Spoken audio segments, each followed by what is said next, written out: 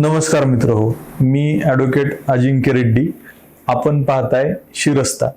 तर आजच्या या व्हिडिओमध्ये आपण वकील संरक्षण कायदा याबाबत माहिती घेऊयात. मित्र हो, नुकतंच 2 जून 2026 या दिवशी तेलंगण राज्याने त्यांच्या राज्यामध्ये वकील संरक्षण कायदा हा लागू केला. तर तेलंगण हे राज्य भारतातील वकील संरक्षण कायदा लागू करणारे तिसरे राज्य ठरले आहे.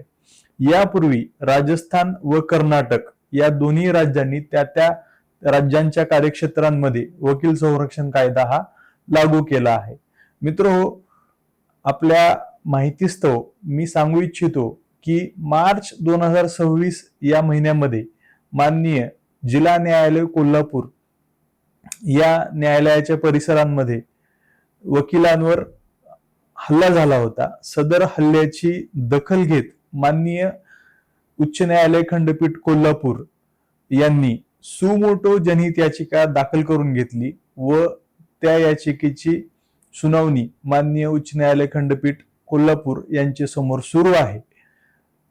अशाच प्रकारचा वकिलांवर झालेला हल्ल्याची ताजी घटना म्हणजे नोव्हेंबर 2025 मध्ये शेवगाव जिल्हा अहमदनगर येथेही एका वकिलावर हल्ला झाला होता. अशा प्रकारच्या सातत्याने होणाऱ्या हल्ल्यामुळे वकील वर्गांमध्ये वकील संरक्षण कायद्याची मागणी जोर धरत आहे.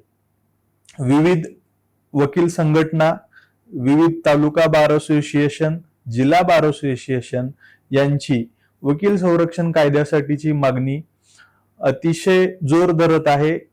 बार काउन्सिल ऑफ महाराष्ट्र आणि गोवा यांनी महाराष्ट्र राज्यामध्ये वकील संरक्षण कायदा लागू करण्यात यावा व विधिमंडळाने सदरची बाब ही गांभीर्याने घ्यावी याकरिता एक दिवसीय संप देखील या प्रकरणी पुकारला होता व सदरचा संप यशस्वी झाला.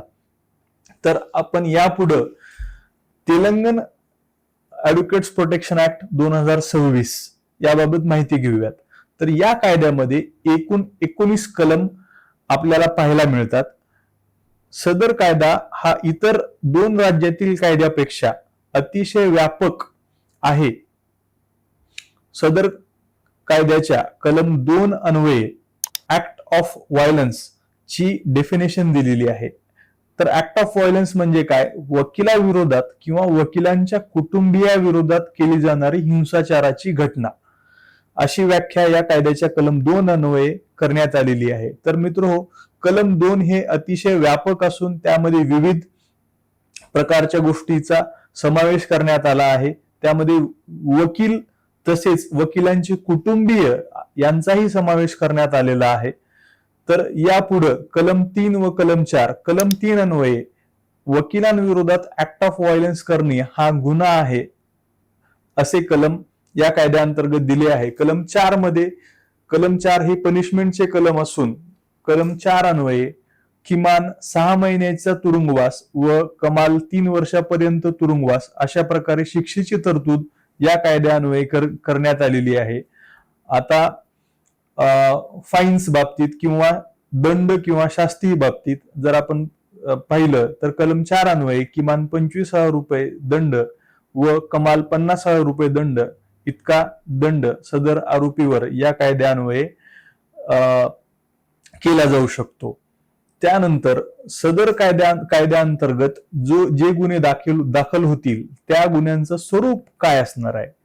तर सदरचे गुन्हे हे दखलपात्र व नॉन बेलेबल म्हणजेच कॉग्निझेबल व नॉन बेलेबल, दखलपात्र व अजामीन पात्र असतील. सदरची तरतूद ही कलम 8 अन्वये केलेली आहे. म्हणजे सदर कायद्याअंतर्गत जर एखाद्या व्यक्तीवर गुन्हा रजिस्टर झाला तर सदर गुन्ह्यामध्ये सदर आरोपीला सहजासहजी जामीन मिळणार नाही, अशा प्रकारची ही तरतूद तेलंगण ॲडव्होकेट्स प्रोटेक्शन ऍक्ट 2026 मध्ये करण्यात आलेली आहे. दुसरी विशेष बाब म्हणजे वकिलांना पोलीस प्रोटेक्शन, वकिलांना पोलीस संरक्षणाची तरतूद.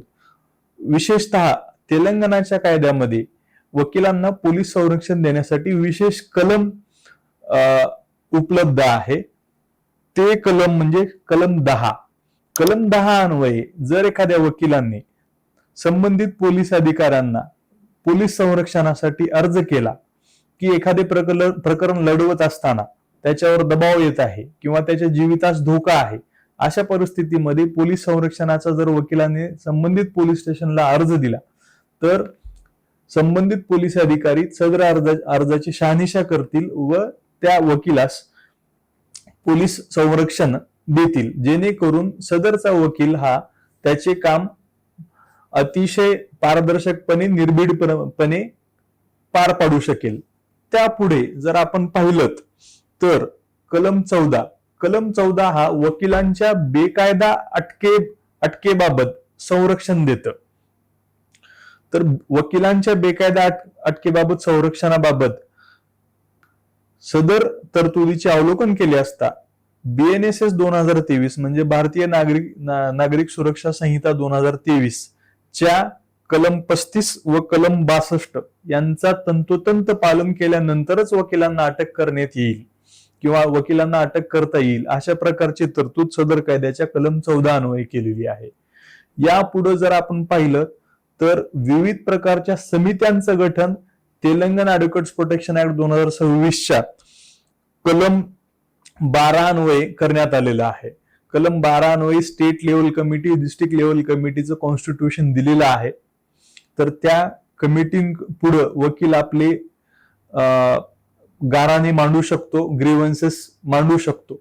तर मित्र हो, हा होता वकील संरक्षण कायदा तेलंगणा ऍडव्होकेट्स प्रोटेक्शन ऍक्ट 2026. महाराष्ट्रातील वकील वर्गांकडून ऍडव्होकेट्स प्रोटेक्शन ऍक्ट बाबत वारंवार मागणी होत आहे. महाराष्ट्रात लवकरच वकील संरक्षण कायदा हा लागू होईल अशी आशा बाळगू. आपणास ही माहिती उपयुक्त वाटल्यास आपण आपल्या मित्रांना, वकील बांधवांना शेअर करावे. तसेच वकील संरक्षण कायद्याबाबत आपल्या काही सजेशन्स असतील तर नक्कीच आम्हाला कमेंटमध्ये कळवा. धन्यवाद.